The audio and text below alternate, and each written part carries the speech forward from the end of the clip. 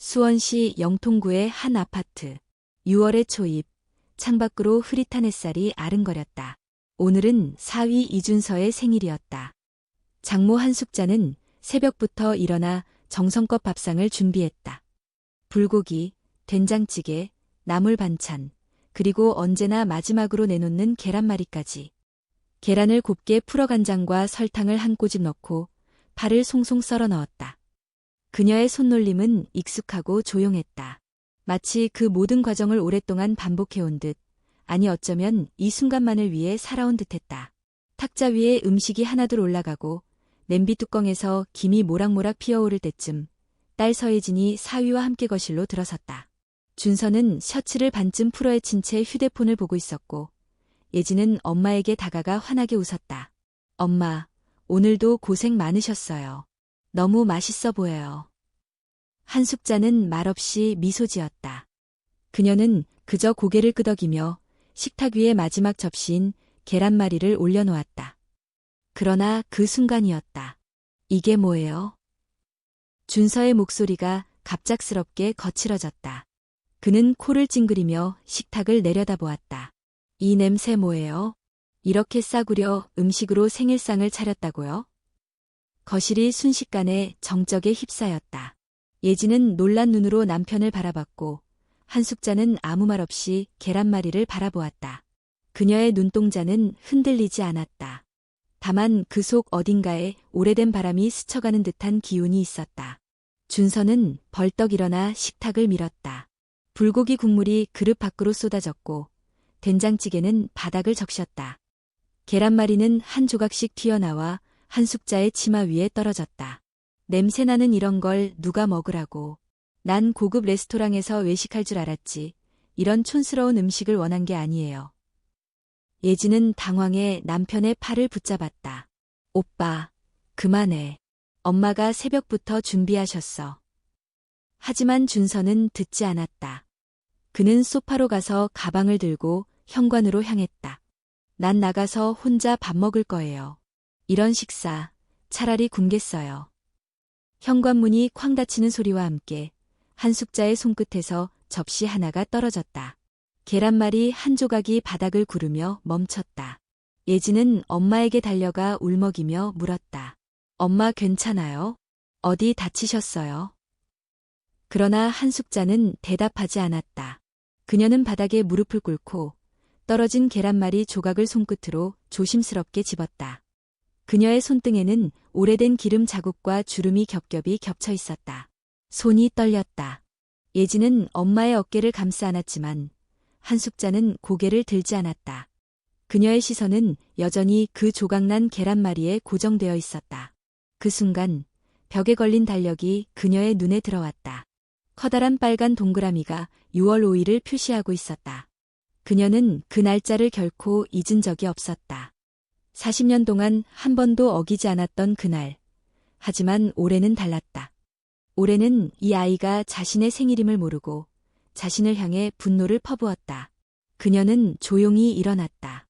예진이 따라붙으려 했지만 한숙자는 손을 내저었다. 괜찮아. 엄마 방에 잠깐 들어갈게. 그녀는 문을 조용히 닫았다. 방 안은 어두웠고 커튼 사이로 흐릿한 햇살만이 스며들었다. 한숙자는 옷장을 열고 구석에 놓인 오래된 나무 상자를 바라보았다. 손을 뻗었지만 당장은 열지 않았다. 그저 그녀는 침대에 앉아 손을 모아 쥐었다. 손가락 사이로 작은 떨림이 흘러나왔다. 계란말이. 그건 그저 반찬이 아니었다. 그것은 추억이었고 사랑이었고 그녀가 지켜온 단 하나의 연결고리였다. 그녀는 조용히 중얼거렸다. 정서야. 생일 축하해. 그리고 그 말이 방 안의 침묵을 천천히 채워나갔다. 한숙자는 방 안의 창문을 반쯤 열었다. 바깥에서는 이른 여름의 바람이 느릿하게 불어왔다. 먼 곳에서 아이들의 웃음소리가 들렸고 누군가 계단을 오르내리는 발소리가 어렴풋이 스며들었다. 그러나 그녀의 귀는 아무것도 듣지 못하는 듯 고요했다. 그녀는 조심스레 옷장 깊숙한 곳에 놓인 나무 상자를 꺼냈다. 뚜껑은 오래된 세월만큼이나 닳아 있었고 금속 손잡이에는 미세한 녹이 슬어 있었다. 그녀는 상자를 무릎 위에 올려두고 아주 천천히 뚜껑을 열었다. 상자 안에는 누렇게 바랜 편지지들이 정성스럽게 정리되어 있었다. 편지지 위에는 날짜가 적혀 있었고 대부분이 6월 5일로 시작되었다. 그녀는 맨 위에 한 장을 꺼내 들었다. 1985년 6월 5일. 정서야, 오늘도 너의 생일이야. 너는 지금 어디에서 어떻게 자라고 있을까? 밥은 잘 먹고 있을까? 밤에 잘 자고 있을까? 나는 아직도 내가 마지막으로 내 품에 안겼던 그날을 잊지 못하고 있어. 그날, 엄마는 너를 살리기 위해 너를 보내야 했단다. 편지를 다 읽지 못하고 그녀는 살며시 눈을 감았다. 그날의 장면들이 또렷하게 떠올랐다. 1984년, 인천. 그녀는 당시 29살이었다. 남편 이정호는 항만 근로자로 일했지만 심장이 약했다. 첫째 아들 정서를 가졌을 때 그의 건강은 점점 악화되어 병원 입원이 잦아졌고 수술을 권유받았지만 형편상 감당할 수 없었다. 정서는 급하게 찾아온 아이였다. 그녀는 어느 날 병원에 음식을 들고 가던 길, 버스 안에서 갑작스러운 진통을 느꼈다. 승객들이 놀라며 도와주었고 한 중년 여성이 자신의 외투를 벗어주며 다급히 말했다. 힘 주세요. 아기 나올 것 같아요. 그날 그녀는 버스 안에서 정서를 낳았다. 버스 기사와 승객들의 도움 덕분에 무사히 병원에 도착했지만 남편 이정호는 아들이 태어난 그날 밤 조용히 눈을 감았다. 그녀는 남편의 마지막 모습을 기억했다. 병상에서 흐릿한 눈으로 그녀를 바라보며 중얼거린 말. 우리 아기, 이름은 정서. 맑고 순한 아이로 자라게 해줘. 그 말이 그녀의 가슴에 새겨졌다. 그리고 그 이름, 정서는 그녀가 남편과 함께한 마지막 선물이 되었다. 아들을 품에 안고 병실을 나왔을 때 그녀는 세상에서 가장 고독한 사람이었다. 그러나 그녀는 울지 않았다. 울면 아기가 깰까봐, 그리고 울면 자신이 무너질까봐. 그 후의 삶은 말로 설명할 수 없을 만큼 치열했다. 하루 두 끼를 굶어가며 일했고 새벽부터 밤늦게까지 가사 도우미, 시장 청소, 반찬 배달 등 닥치는 대로 일을 했다. 그렇게 겨우겨우 아이를 키워나가던 어느 날 병원에서 충격적인 말을 들었다. 어머니, 정서군은 선천성 심장질환을 앓고 있습니다. 조속한 수술이 필요합니다. 아니면 의사는 끝말을 흐렸다. 그녀는 두 귀를 틀어막고 싶었다. 그러나 현실은 냉정했다. 수술비는 1,000만 원. 그 돈은 그녀에겐 꿈조차 꿀 수 없는 금액이었다. 하루하루가 지옥 같았다. 아들은 자꾸 기침을 했고 숨이 가쁘다며 앓았다. 밤에 아이가 헐떡일 때마다 그녀는 이불 속에서 조용히 울었다. 그때 병원에서 일하던 한 간호사가 그녀에게 조심스럽게 말을 꺼냈다. 혹시 미국에 있는 한인 부부가 입양을 원하시는데 의료비 전액을 부담하시고 수술도 바로 진행할 수 있다고 합니다. 정서 군처럼 시급한 아이에게 기회가 될 수 있어요. 그 말은 그녀의 심장을 도려내는 칼날 같았다. 입양. 아이를 보내야 한다고? 그날 밤 그녀는 종일 아이를 안고 있었다. 아이는 그녀의 가슴에 기대어 평온히 잠들었고 그녀는 아이의 머리를 쓰다듬으며 속삭였다. 정서야, 엄마는 너를 사랑해. 하지만 엄마는 널 살릴 수 없어. 그래서 누군가가 널 살릴 수 있다면 엄마는 그 사람에게 널 맡겨야 해. 다음 날 아침 그녀는 계란 2개를 꺼내어 정성스럽게 말았다. 단 한 번도 실수하지 않게 정확한 두께와 온도로 구웠다. 마지막 한 조각을 접시에 담으며 그녀는 눈을 감았다. 이건 우리 마지막 아침이야. 아이를 안고 인천공항 근처 미군 병원으로 갔을 때 그녀는 이미 모든 걸 포기한 얼굴이었다. 미국 부부는 상냥하게 웃으며 아이를 품에 안았고 정서는 낯선 품에 안긴 채 천진하게 웃었다. 그녀는 아무 말도 하지 못했다. 그저 손끝으로 아이의 발을 한 번 더 만지며 속삭였다. 기억해줘. 내가 좋아하던 계란말이. 언제든 돌아오고 싶을 땐 이 맛을 따라오렴. 기억은 바람처럼 그녀의 가슴을 스쳐갔다. 상자 위에 올려진 편지들을 바라보며 한숙자는 문득 창밖을 바라보았다. 해는 이미 중천을 지나고 있었고 그늘이 방 안을 천천히 덮고 있었다. 그녀는 자신이 만든 계란말이를 기억하는 사람이 과연 존재할까? 문득 그런 생각을 했다. 그리고 그 순간 그녀는 아무도 모르게 중얼거렸다. 정서야, 내가 아직 살아있다면 오늘 생일 축하한다. 1982년 봄, 인천시 송림동. 그 시절의 인천은 지금보다 훨씬 조용하고 느릿한 도시였다. 바닷바람은 항상 비릿했고 골목은 골목대로 사람 냄새로 가득했다.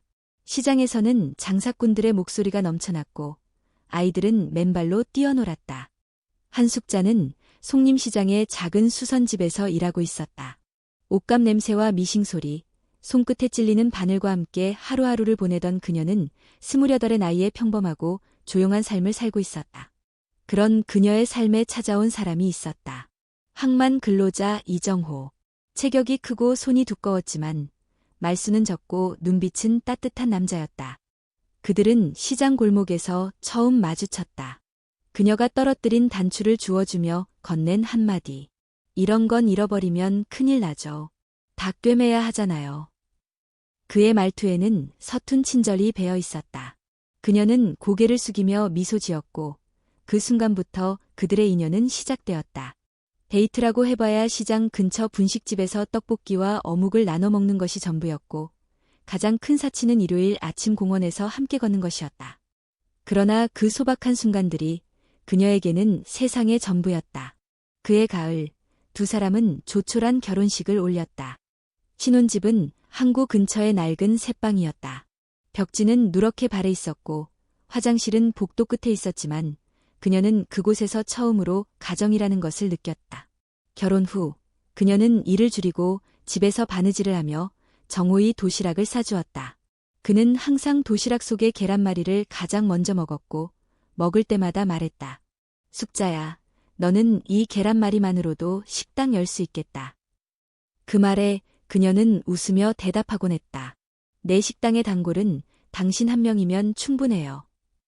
그러나 행복은 오래가지 않았다. 결혼 1년이 지나자 정호의 건강에 이상이 생기기 시작했다. 숨을 몰아쉬고 계단을 오르지 못하며 가슴을 부여잡고 앓는 날이 많아졌다. 처음에는 감기려니 했다. 그러나 증상은 계속 악화되었고 결국 병원에서 심장판막증이라는 진단을 받았다. 의사는 수술을 권했지만 비용은 너무 컸다. 보험도 없었고 가진 돈도 얼마 되지 않았다. 그녀는 병원비를 내기 위해 다시 수선일을 늘렸다. 밤늦게까지 미싱을 돌리고 아침에는 도시락을 싸고 정호를 병원에 데려갔다. 그 즈음 그녀는 아이를 가졌다는 사실을 알게 되었다. 처음에는 망설였다. 남편의 병도 생활도 불안정한 상황에서 아이를 낳는 것이 과연 옳은 일일까? 하지만 정호는 아이 소식을 듣고 처음으로 환하게 웃었다. 우리 아이, 얼마나 예쁠까?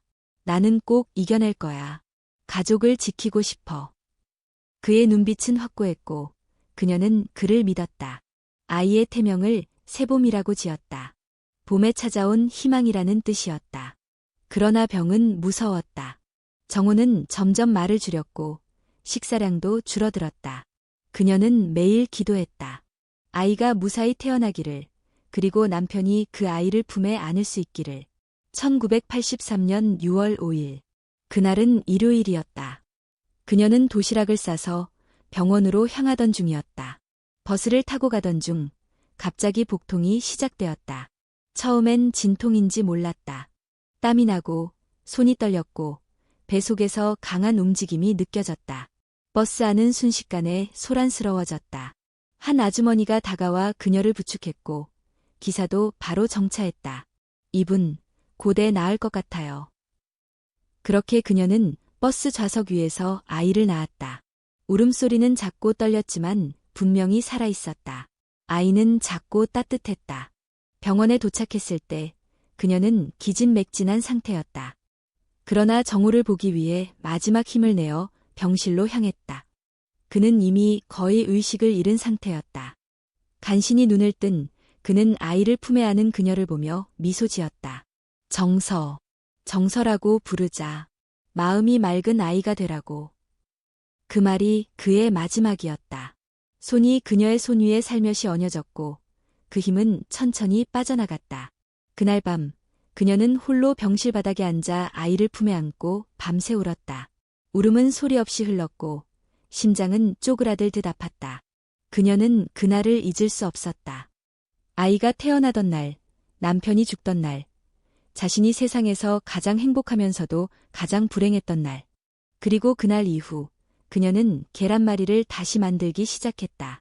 그건 남편이 좋아하던 음식이었고 이제는 아들이 먹을 음식이었다. 한숙자는 남편을 잃은 후 하루도 마음 편할 날이 없었다. 병원에서 아이를 안고 나왔던 그날부터 그녀는 오직 살아남기 위해 하루하루를 버텼다. 그녀의 삶은 인천의 골목만큼 좁고 거칠었다.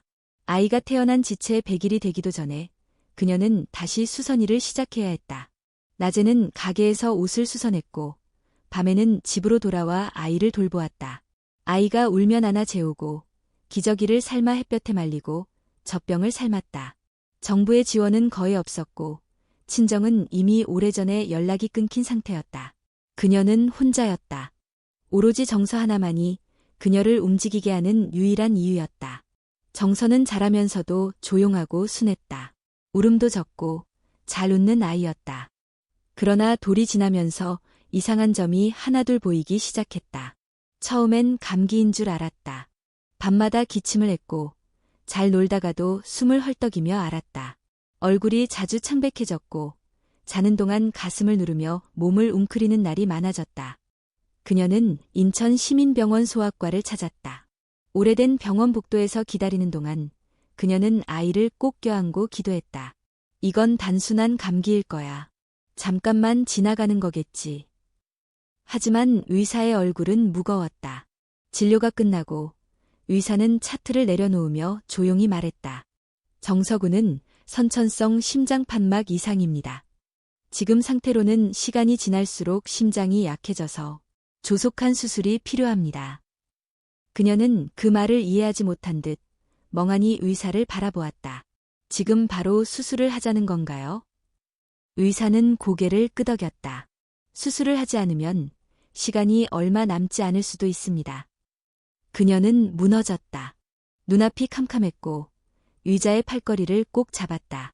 병원 복도를 걸어 나올 때 아이는 그녀의 품에서 조용히 잠들어 있었다. 아이의 숨결은 가벼웠지만 불안정했고 그녀의 손끝은 떨리고 있었다. 그날 이후 그녀는 모든 걸 걸었다. 돈을 벌 수 있는 일은 가리지 않았다. 새벽에는 신문 배달, 낮에는 수선, 밤에는 청소. 손가락은 항상 바늘에 찔려 피가 나 있었고 무릎은 항상 시렸다. 하지만 그것만으로는 부족했다. 수술비로는 2천만 원이 필요했다. 그녀의 한 달 수입은 30만 원을 넘지 못했다. 시간을 아무리 쌓아도 그 금액은 도달할 수 없는 산처럼 멀게만 느껴졌다. 그러던 어느 날 병원 복도에서 한 간호사가 그녀를 조용히 불렀다. 어머니, 혹시 미국에서 온 한인 부부가 계세요? 이 병원과 협약된 의료재단을 통해 심장 수술이 필요한 아이들을 입양하고 도와주는 분들인데 정서 군처럼 위급한 경우엔 우선적으로 검토하신다고 합니다. 숙자는 말이 나오지 않았다. 간호사는 조심스럽게 말을 이었다. 의료비 전액을 그쪽에서 부담하시고 수술 후 미국에서 정착할 수 있도록 도와주신다고 해요. 물론 입양입니다. 그녀는 자리에서 일어나지 못했다. 입양이라는 단어는 너무 무겁고 날카로웠다. 그날 밤 집에 돌아온 그녀는 정서를 안고 한참을 울었다. 아이는 여느 때처럼 고요히 잠들었고 작은 손으로 그녀의 옷깃을 움켜쥐고 있었다. 그녀는 그 손을 펴보았다. 따뜻하고 작고 부드러웠다.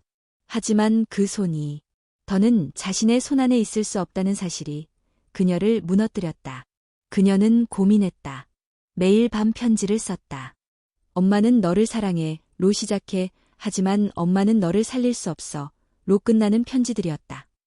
그 편지들은 종이 위로 눈물이 번지면서 번번이 찢겨나갔다. 결국 그녀는 결심했다. 입양 서류에 사인을 하기 전날 밤 그녀는 계란을 꺼냈다. 정호가 생전에 가장 좋아했던 요리. 그리고 정서가 이유식을 시작하고 가장 잘 먹었던 음식. 계란 2알을 깨고 파를 썰고 소금을 한 꼬집 넣었다. 천천히, 아주 천천히 말았다. 계란말이를 식탁에 올리고 그녀는 아이를 깨웠다. 정서는 졸린 눈으로 엄마를 바라보다가 이내 계란말이를 보곤 웃었다. 그녀는 아이에게 마지막으로 그 음식을 먹이고 손을 꼭 잡았다. 이건 엄마가 만든 마지막 계란말이야. 꼭 기억하렴. 나중에, 아주 나중에 누군가 이 맛을 다시 만들거든. 그때 돌아오렴. 이튿날 아침, 그녀는 병원 앞에서 기다리던 미국 부부를 만났다. 남자는 한국계였고 여자는 미국인이었다. 두 사람은 따뜻하고 정중했으며 그녀에게 끝없는 감사의 말을 전했다. 하지만 그녀는 아무 말도 하지 않았다. 정서가 그들의 품에 안겼을 때 아이는 낯선 냄새에 울음을 터뜨렸다. 그녀는 참고 있던 눈물을 흘리며 아이의 얼굴을 쓰다듬었다. 정서야, 엄마는 널 잊지 않을 거야. 내 생일마다 편지를 쓸 거고 매년 계란말이를 만들 거야. 널 위한 약속이야. 그녀는 마지막으로 아이를 안고 미소 지으려 애썼다. 아이는 그녀의 손에 조용히 기대었다. 그러고는 미국 부부의 차가 병원 주차장을 빠져나갔다.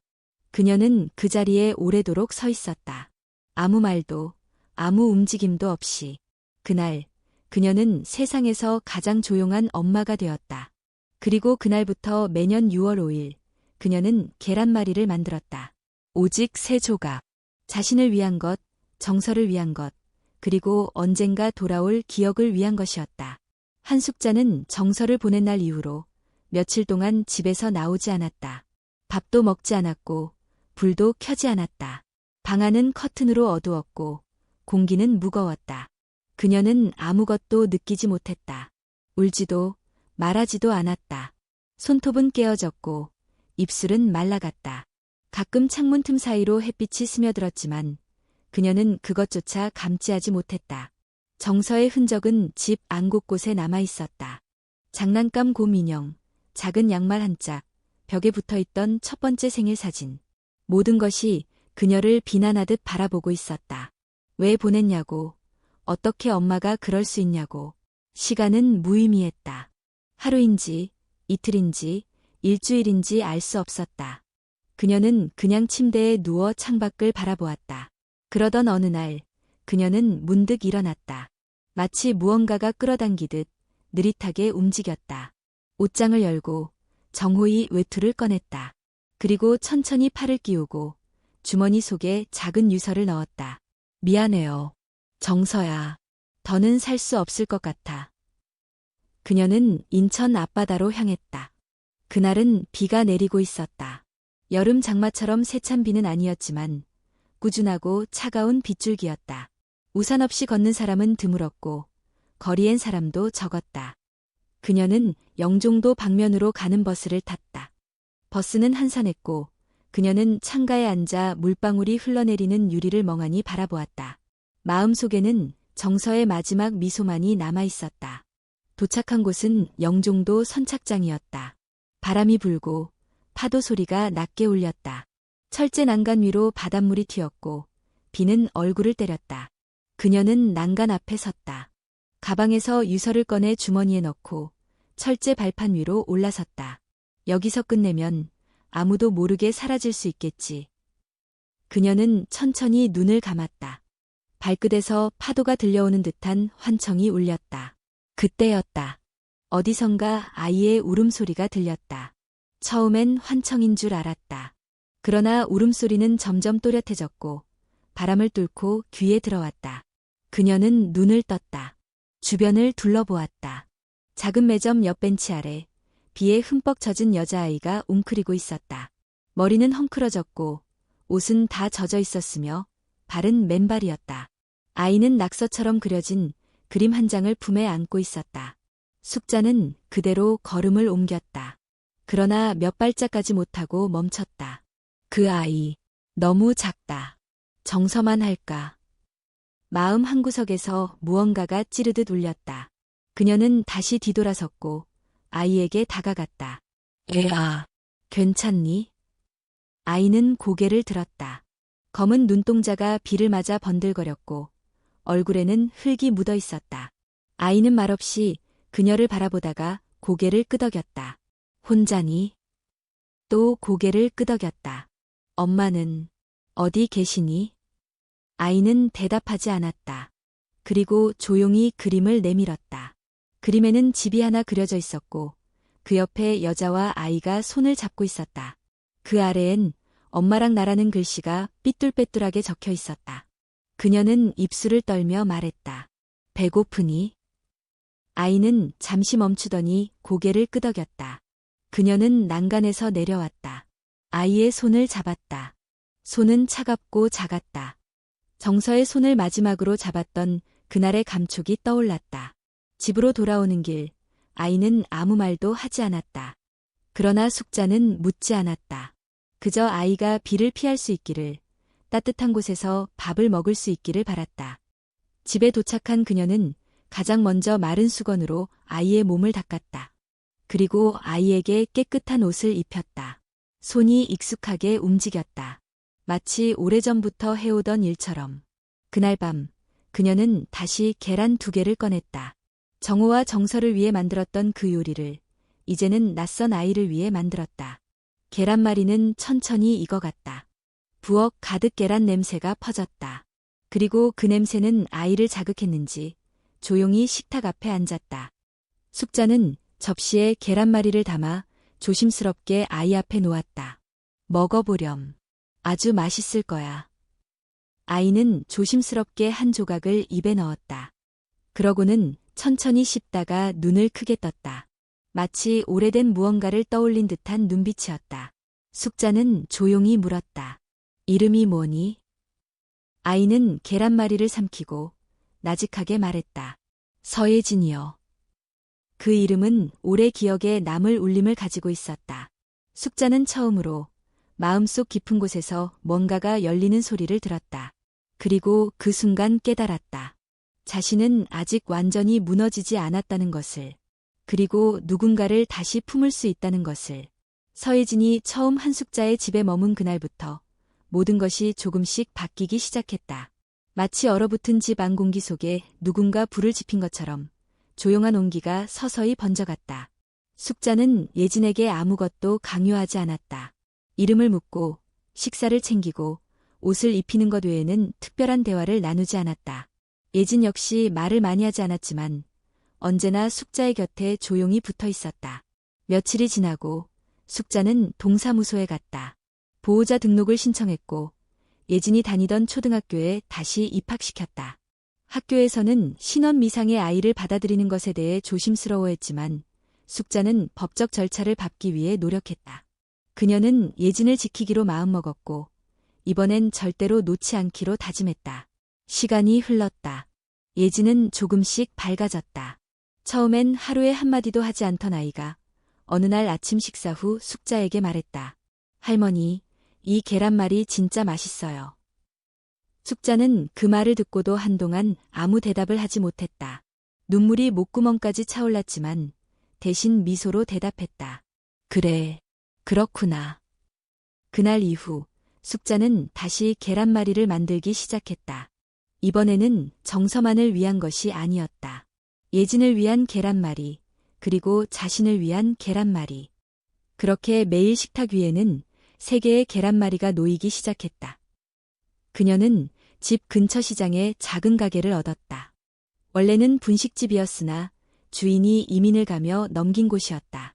숙자는 그곳에서 다시 일을 시작했다. 메뉴는 간단했다.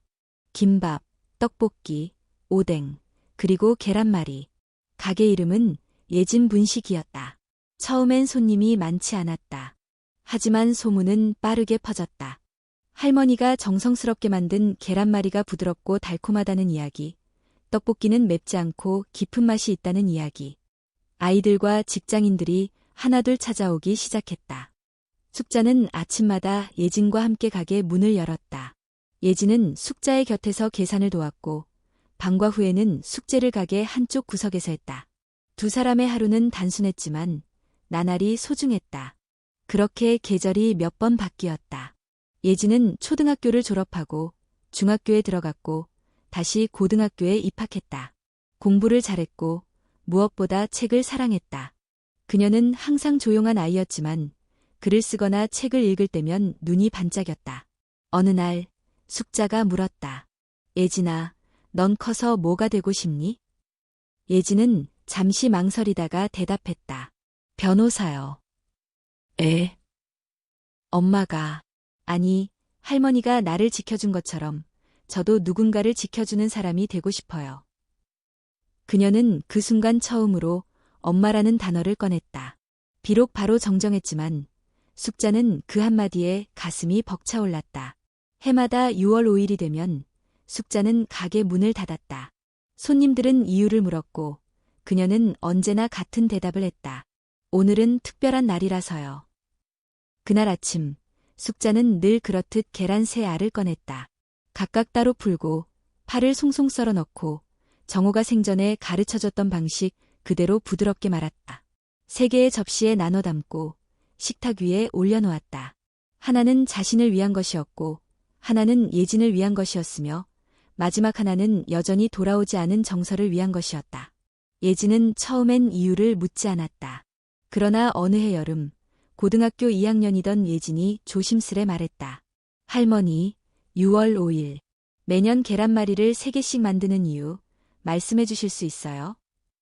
숙자는 대답 대신 예진의 손을 잡았다. 그리고 한참 후에 조용히 말했다. 언젠가는 말해줄게. 아주 오래전에 잃어버린 사람이 있어. 그 사람을 기억하기 위해서야. 예진은 더 묻지 않았다. 대신 그녀는 그날 이후 매년 6월 5일이면 숙자의 곁에서 함께 계란말이를 만들었다. 그리고 자신도 접시를 하나 꺼내어 식탁에 올려놓았다. 말없이, 조용히. 가게는 점점 단골이 늘었고 시장 사람들 사이에서는 예진 할머니 분식으로 불리게 되었다. 어른들은 아이들과 함께 와서 식사를 했고 할머니의 손맛을 그리워했다. 숙자의 삶은 더 이상 고독하지 않았다. 비록 정서는 여전히 돌아오지 않았지만 그녀는 예진이라는 새로운 이름 속에서 매일 살아갈 이유를 찾고 있었다. 그리고 매년 반복되는 그 하루, 6월 5일은 여전히 가장 특별한 날이었다. 계란말이 3개. 그녀에게 그것은 음식이 아니라 기억이었다. 잃어버린 이름, 아직 끝나지 않은 약속, 그리고 살아있다는 증거. 2022년 봄, 서울.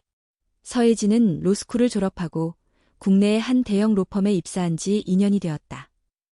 바쁜 업무 속에서도 그녀는 매주 주말이면 수원에 있는 숙자의 집을 찾았다. 어릴 적부터 늘 그러했듯 숙자의 집은 언제나 그녀에게 집이었다. 그날도 예진은 장을 한가득 본 뒤 한 남자와 함께 현관문 앞에 섰다. 그녀는 초인종을 누르며 조심스럽게 말했다. 너무 긴장하지 마, 우리 할머니. 겉으론 무뚝뚝해 보여도 속은 따뜻하셔. 남자는 미소 지으며 고개를 끄덕였다. 알겠어. 나도 떨리긴 하지만 좋은 분일 것 같아. 문이 열리고 한 숙자가 익숙한 얼굴로 나타났다. 그녀는 예진의 손에 든 반찬 봉투를 보고 먼저 말했다. 장 많이 봤구나. 들어와. 예진은 웃으며 남자를 소개했다. 할머니, 여긴 제 남자친구예요. 이름은 이준서. 미국에서 유학하고 지금은 서울에서 일해요. 숙자는 조용히 고개를 끄덕이며 인사를 받았다. 남자는 정중하게 인사했다. 처음 뵙겠습니다. 어르신께 이야기는 많이 들었습니다. 그 목소리를 듣는 순간 숙자의 몸에 이상한 전율이 스쳤다. 낮고 부드러운 톤, 어딘가 모르게 익숙한 억양. 그녀는 얼어붙은 듯 남자의 얼굴을 바라보았다. 뚜렷한 눈매, 가지런한 눈썹, 그리고 오른쪽 손목에 있는 작은 점 하나. 그 점을 본 순간 그녀의 머릿속이 새하여졌다. 오른손 손목의 작은 점. 그것은 정서가 어릴 적에도 가지고 있던 태어날 때부터 있었던 점이었다. 숙자는 부엌으로 향했다. 손에 든 봉투를 내려놓으며 깊게 숨을 내쉬었다. 그리고 벽에 걸린 사진을 바라보았다. 젊은 시절의 이정호, 그와 꼭 닮은 눈빛이 방금 전 남자의 눈에서도 보였다. 예진은 아무것도 모른 채 그를 데리고 거실을 둘러보고 있었다. 그날 저녁, 세 사람은 함께 저녁 식사를 했다. 숙자는 거의 말을 하지 않았고 준서는 예의를 갖추어 질문에 대답하며 식사를 했다. 예진은 들뜬 표정으로 말했다. 준서 오빠는 미국에서 자랐어요. 입양된 건 아니고 아버지가 한국계고 어머니가 미국인이셔서 이중 언어로 자랐대요. 한국에 들어온 건 대학 졸업하고 나서고요. 숙자의 젓가락이 순간 멈췄다. 입양된 건 아니고? 미국에서 태어나긴 했지만 친부모님은 모두 한국인이래요. 그런데 어릴 적 사진이 하나도 없대. 유년 시절에 대해 기억이 거의 없고 미국 병원에서 오래 입원했던 기록만 있대. 예진은 웃으며 말을 이었지만 숙자는 식사에 집중할 수 없었다. 그녀의 마음속에는 하나의 이름이 반복되고 있었다. 정서. 그 아이는 미국으로 갔다. 수술을 받고 살아남았다고 믿고 싶었다. 하지만 그 뒤의 소식은 들은 적이 없었다. 어쩌면 이준서라는 남자는 지금 이 식탁에 앉아있는 청년은 그녀가 그토록 그리워했던 아이일 수도 있다는 가능성이 그녀를 숨막히게 만들었다. 식사가 끝난 후 예진이 설거지를 하겠다고 나서자 숙자는 조용히 준서에게 말했다. 잠깐 얘기 좀 나눌 수 있을까요? 준서는 고개를 끄덕이며 거실에 앉았다. 숙자는 천천히 묻기 시작했다. 혹시 태어난 해가 어떻게 되죠? 1983년입니다. 6월생이에요. 혹시 어릴 적 병원에서 오래 지낸 기억이 있나요? 준서는 잠시 멈췄다. 네, 어머니 말로는 심장이 안 좋아서 수술을 받았다고 했어요. 정확한 기록은 없고 몇 장의 병원 영수증과 입원 기록이 전부예요. 그리고 이상한 건 가끔 꿈에서 낯선 여인이 나와요. 노란색 음식, 계란 같은 걸 요리하고 있는 장면이에요. 숙자는 숨이 멎는 것 같았다. 계란말이요? 네, 그 여인의 얼굴은 흐릿하지만 항상 계란을 말고 있어요. 그리고 그 냄새가 이상하게도 익숙해요. 숙자는 고개를 돌렸다. 눈가에 눈물이 맺히려는 걸 애써 참았다. 혹시 손목에 있는 점, 그건 태어날 때부터 있었나요? 준서는 고개를 끄덕였다. 네, 부모님도 그랬대요. 신기하다고. 숙자는 그 말을 끝으로 아무 말도 하지 못했다. 밤이 깊었고 예진과 준서는 인사를 하고 집을 나섰다. 문이 닫히고 집안에 다시 고요가 찾아왔을 때 숙자는 거실에 혼자 남았다. 그녀는 떨리는 손으로 찬장 위에 상자를 꺼냈다. 오래된 사진과 편지들이 들어있는 나무 상자. 그리고 그중 하나, 정서의 아기 시절 사진을 꺼냈다. 그 사진 속의 아이. 그리고 오늘 다녀간 이준서. 그 둘은 같은 눈을 가지고 있었다. 그날 밤, 숙자는 오랜 시간 침대에 앉아 있었다. 그녀는 아무 말도 하지 않았지만 속으로는 한 가지 생각만 되풀이하고 있었다. 혹시 정말로 그 아이가 돌아온 걸까? 서울로 돌아가는 차 안, 이준서는 평소보다 말이 없었다. 서예진은 그런 그를 힐끗 바라보다가 웃으며 물었다. 오빠, 오늘 많이 긴장했지? 할머니가 좀 과묵하셔서 놀랐을 수도 있어. 준서는 억지 미소를 지었다. 아니야. 오히려 뭔가 익숙한 기분이 들어서 더 이상했어. 익숙해? 응, 너희 집, 냄새, 특히 식탁에 앉았을 때의 느낌이 이상할 정도로 편안했어. 처음인데도 낯설지가 않았어. 예진은 운전대를 잡은 채 고개를 끄덕였다. 아마 우리 집이 오래돼서 그런가 봐. 항상 같은 자리에 같은 반찬이 나오고 할머니가 요리하시는 방식도 거의 안 바뀌니까. 하지만 이준서의 마음속은 복잡했다. 특히 한숙자의 시선. 그녀가 자신을 바라보는 눈빛에는 말로 표현하기 어려운 무언가가 있었다. 놀람, 그리움, 혹은 죄책감. 그날 밤 그는 침대에 누워도 잠들지 못했다. 마음속에는 수많은 의문이 떠다녔다. 왜 그녀의 눈빛이 그렇게 떨렸을까? 왜 자신에게 이런 친숙함이 느껴졌을까? 그리고 왜 계란말이의 냄새가 그렇게 익숙하게 느껴졌을까? 그는 어릴 적 사진이 한 장도 없었다. 미국 부모는 자신이 어릴 때 사고로 입양되었지만 정확한 출생 정보는 모른다고 했다. 병원 기록 몇 장, 모호한 여권 사본, 그리고 한국에서 태어난 아이라는 설명만 있었다. 이준서는 책상 서랍에서 오래된 파일 하나를 꺼냈다. 한국에 돌아오며 병원에 요청해받은 출생추정 기록이었다. 거기엔 몇 가지 단서가 남아 있었다. 1983년 6월 5일 인천 지역병원 응급실 입원 기록. 심장수술 소견서. 보호자 이름 한숙자. 한숙자. 그는 손끝이 떨렸다. 한숙자라는 이름. 분명 예진의 할머니와 같은 이름이었다. 우연일까? 아니면 운명적인 반복. 그는 노트북을 켰다. 인터넷 검색창에 한숙자, 인천, 1983년, 계란말이, 아이 입양 등을 검색했다. 대부분의 정보는 나오지 않았다. 하지만 한 포럼에서 오래된 글 하나가 눈에 들어왔다. 1984년 인천 한 병원에서 심장질환을 앓는 아이를 미국 부부에게 입양 보낸 사례. 친엄마는 계란말이를 만들어 마지막으로 아이와 식사했다고 전해짐. 그는 그대로 숨이 멎는 듯했다. 계란말이. 한숙자. 1983년 미국 입양. 자신. 모든 조각이 하나로 맞물리기 시작했다. 다음 날 그는 예진과 연락하지 않은 채 인천으로 향했다. 예진 분식 앞에 도착한 그는 가게 안을 들여다보았다. 한숙자는 익숙한 동작으로 계란말이를 만들고 있었다.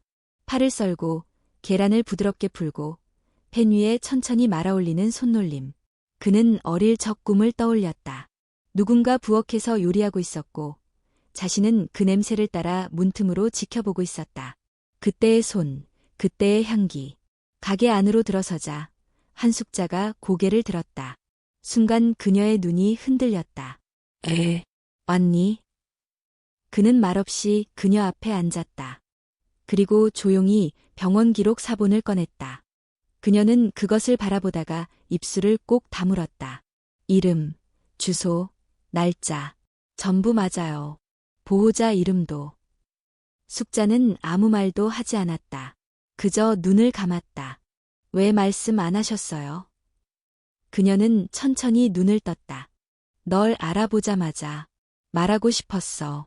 하지만 예진이가 너를 사랑하니까 나는 또 너를 뺏을까 봐 무서웠어. 정서. 그게 제 이름이었죠? 그녀는 고개를 끄덕였다. 이정서. 내 아버지가 마지막으로 지어준 이름이야.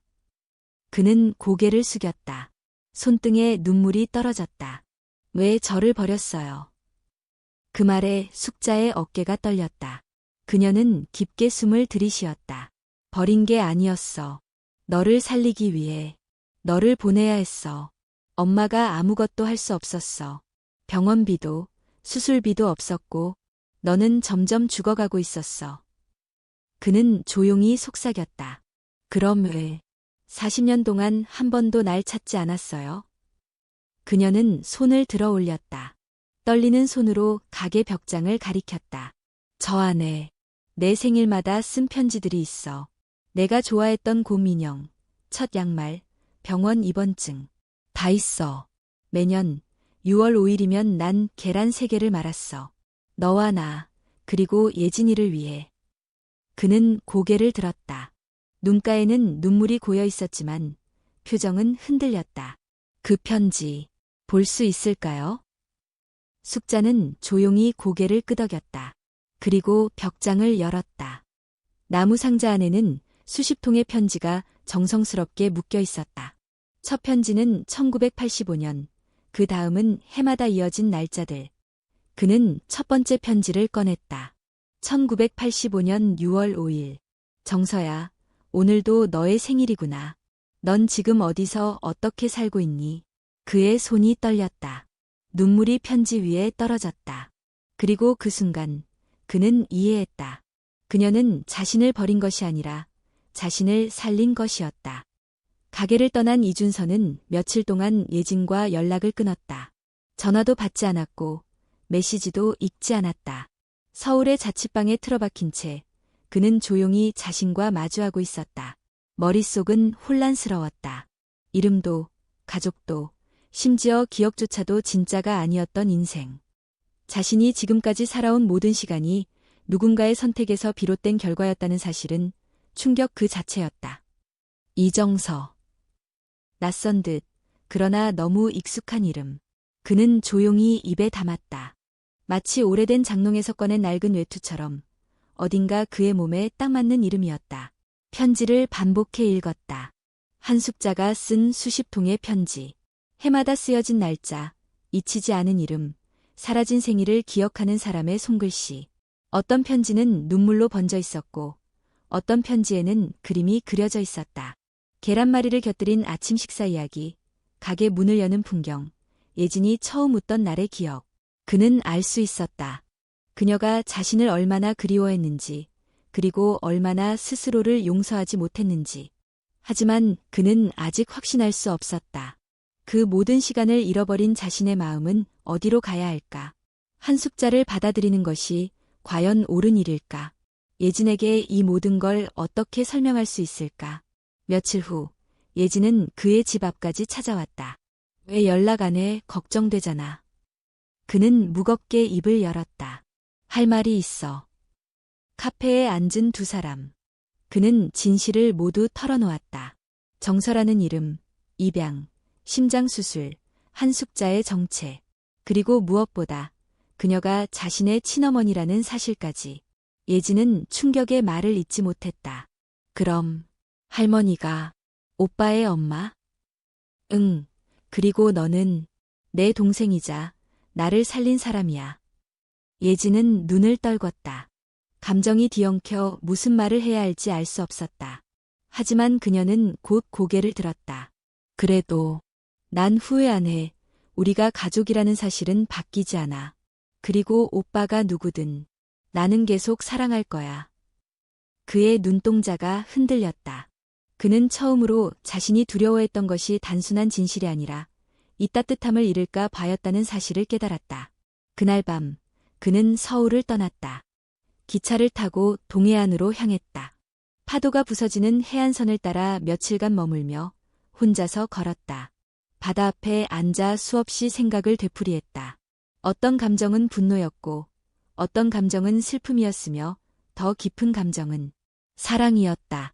사랑받았다는 증거들, 계란말이, 편지, 사진. 그리고 무엇보다도 40년 동안 매년 자신을 잊지 않고 기억한 사람. 나를 가장 오랫동안 사랑한 사람은 그녀였다. 며칠 후 그는 다시 수원으로 돌아왔다. 새벽이었다. 분식집은 아직 문을 열지 않았고 거리는 조용했다. 가게 창문을 바라보며 그는 깊게 숨을 들이쉬었다. 그리고 그 순간 가게 문이 열렸다. 한숙자가 쓰레기를 버리러 나오는 길이었다. 그녀는 그를 보자 걸음을 멈췄다. 둘은 아무 말도 하지 않은 채 마주섰다. 시간이 멈춘 듯 새벽 공기만이 사이를 가로질렀다. 이준서가 먼저 입을 열었다. 편지. 다 읽었어요. 그녀의 눈에 눈물이 맺혔다. 하지만 아무 말도 하지 않았다. 그는 천천히 다가가 그녀 앞에 섰다. 그리고 작은 상자 하나를 꺼내 건넸다. 여기, 내 어릴 적 남아있던 병원 팔찌예요. 내 이름은 이정서가 맞아요. 그녀는 입을 가렸다. 그리고 떨리는 손으로 그의 손을 잡았다. 그는 눈을 마주보며 조용히 말했다. 엄마. 그 단어 하나에 그녀는 무너졌다. 팔을 벌리며 그를 끌어안았다. 그의 어깨가 그녀의 품에 묻혔다. 그리고 오랜 시간 둘은 말없이 울었다. 그날 아침 분식집은 열리지 않았다. 대신 식탁 위에는 계란 3개가 놓였다. 하나는 정서를 위해, 하나는 예진을 위해, 그리고 하나는 이제 돌아온 이정서를 위해. 처음으로 셋이 함께 앉은 식탁. 이준서는 조용히 계란말이 한 조각을 입에 넣었다. 부드럽고 따뜻했다. 그리고 그 맛은 아주 오랜 시간 잊고 지낸 기억의 조각과 같았다. 이 맛, 기억나요. 아주 오래전에 꿈에서 먹었어요.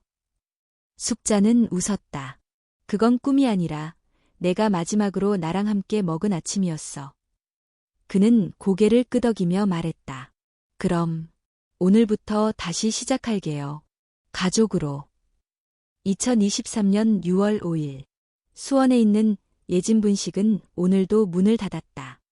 매년 이날이면 가게 문을 닫는 이유를 손님들은 이제 알고 있었다. 이날은 이 집 가족에게 가장 중요한 날이었고 조용히 그리고 정성껏 하루를 보내는 날이었다. 부엌에서는 익숙한 소리가 들렸다. 달걀을 푸는 소리, 파를 써는 소리, 그리고 프라이팬에 기름이 지글거리는 소리. 이정서, 서예진, 그리고 한숙자. 세 사람은 말없이 각자의 위치에서 움직였다. 정서는 달걀 세 알을 조심스럽게 풀고 있었다. 예진은 상을 닦고 젓가락과 접시를 정갈하게 놓고 있었다. 숙자는 무릎을 덮는 앞치마를 고쳐매며 마지막 재료들을 확인하고 있었다. 마침내 세 접시의 계란말이가 완성되었다. 하나는 정서를 위해, 하나는 예진을 위해, 그리고 마지막 하나는 이제 이름 없이도 모두가 기억하는 누군가를 위해. 잃어버렸으나 다시 만난 존재, 죽은 줄 알았지만 살아 돌아온 이름, 그리고 그 이름을 가슴속에 품고 살아온 어머니의 시간. 세 사람은 조용히 식탁에 둘러앉았다. 숙자가 먼저 말했다. 이 날이 벌써 39번째야. 처음 계란말이를 만든 날이 벌써 아득하다. 정서는 조용히 고개를 끄덕였다. 이 계란말이 덕분에 나는 다시 돌아올 수 있었어요. 기억이 없었어도 이 맛은 몸이 기억하고 있었어요. 예진은 계란말이를 바라보며 웃었다. 처음 이 집에 왔을 때도 이걸 먹었어요. 할머니가 조용히 내 앞에 내어준 그 음식이 그날 나를 살렸던 것 같아. 숙자는 둘을 바라보며 말했다. 너희 둘은 내가 다시 살아가야 할 이유였어. 그리고 이제는 서로의 이유가 되어야 해. 조용한 식사가 이어졌다. 접시 위의 계란말이는 서서히 사라졌고 대신 식탁 위에는 따뜻한 공기와 눈물 한 방울씩이 내려앉았다. 식사가 끝난 후 정서는 가게 벽장에 있는 나무 상자를 꺼냈다. 숙자가 매년 썼던 편지들이 담긴 상자였다. 그는 그것을 조심스럽게 꺼내어 가운데 놓았다. 이건 우리가 함께 보관해요. 우리 가족의 연대기니까. 예진이 작게 웃었다. 이제는 셋이 함께 써도 되겠네. 내년부터는 우리도 편지를 쓰자. 숙자는 고개를 끄덕였다. 좋지. 다음 세대가 읽게 될 편지를 우리가 남기자. 그날 오후 세 사람은 함께 인근 공원으로 산책을 나섰다. 햇살은 따뜻했고 바람은 적당히 불었다. 꽃들은 만개해 있었고 아이들의 웃음소리가 여기저기서 들려왔다. 정서는 벤치에 앉아 하늘을 올려다보며 말했다. 나 어릴 적엔 이 공원에 와본 적이 없는 줄 알았어요. 그런데 어제 꿈을 꿨어요. 나무 그늘 아래에서 누군가가 나를 안고 있었어요. 계란말이 냄새가 나고 먼 데서 파도 소리 같은 것도 들렸어요. 그게 어쩌면 마지막 기억이었을지도 몰라요. 내가 떠나기 전 엄마 품에서 들었던 그 장면. 숙자는 그의 손을 잡았다. 그건 꿈이 아니라 진짜였을 거야. 그날 너를 안고 있었던 사람은 나였고 그 냄새는 내가 만든 마지막 아침이었어. 예진은 조용히 물었다. 이제 과거는 다 놓을 수 있을까? 정서는 작게 웃으며 대답했다. 과거는 놓는 게 아니라 품는 거야. 이제는 그 모든 시간을 나의 일부로 받아들일 수 있어. 그리고 그 안에 엄마도 예진이도 함께 있다는 게 기적이지. 숙자는 하늘을 올려다보았다. 그래, 우린 결국 다시 만났고 서로를 기억했어. 계란말이라는 작은 음식 하나로 서로를 다시 찾아낸 거지. 해는 천천히 지고 있었다. 공원의 나무들이 길게 그림자를 들이우고 세 사람의 실루엣도 하나로 이어졌다. 그날 밤 다시 식탁에 앉은 세 사람은 마지막 한 조각의 계란말이를 나누어 먹었다. 숙자가 조용히 중얼거렸다. 정서야, 돌아와줘서 고마워. 외진아, 날 다시 사람으로 만들어줘서 고마워. 정서는 고개를 숙여 감사 인사를 했고 예진은 숙자의 어깨에 조용히 기대었다. 그 밤은 오랫동안 기억될 밤이었다. 말로 하지 않아도 서로가 알아볼 수 있는 관계. 잃어버림 속에서도 되찾은 가족. 그리고 계란말이라는 소박한 음식 안에 담긴 깊은 약속. 그들은 그렇게 마침내 온전한 한 가족이 되었다.